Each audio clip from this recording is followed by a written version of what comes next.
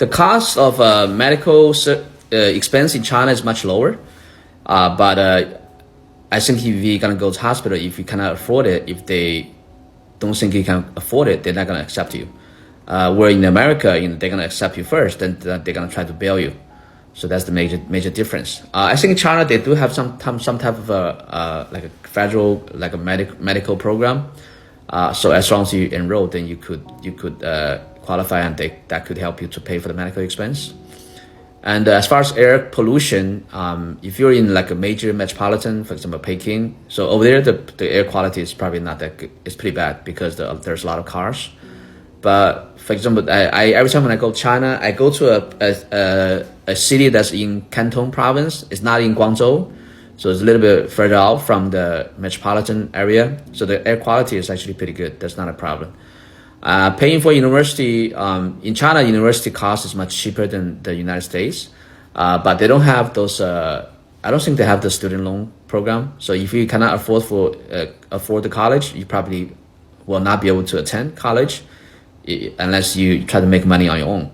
But in the United States, there's a lot of student loan, but student loans is a big problem here too. Only business, now because of the pandemic, China is still in lockdown, actually just went back to lockdown again. So it's actually very hard to do business in China.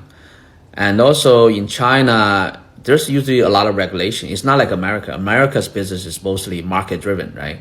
But in China, they usually have a lot of regulations. Sometimes they have this regulation, sometimes they have that regulation. So there is a lot of instability as far as in business operation. Let's say, for example, a couple months ago, China just shut down all the after school education companies programs because the government have a different regulation for that industry.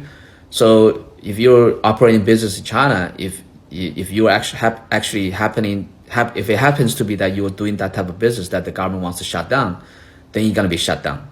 So in China, when you do business in China, you gotta understand the regulation, you gotta understand the government laws, regulation, and you gotta understand the trend, and you gotta pay close attention to government policies to be able to do well in business. But right now, so a lot of Chinese business, they're manufacturing for products for the world. For the local businesses, right now it's not a good time because of the pandemic. That's about what I have to say now. Yeah, if you have any more questions, we can talk more. Thank you for the question, okay?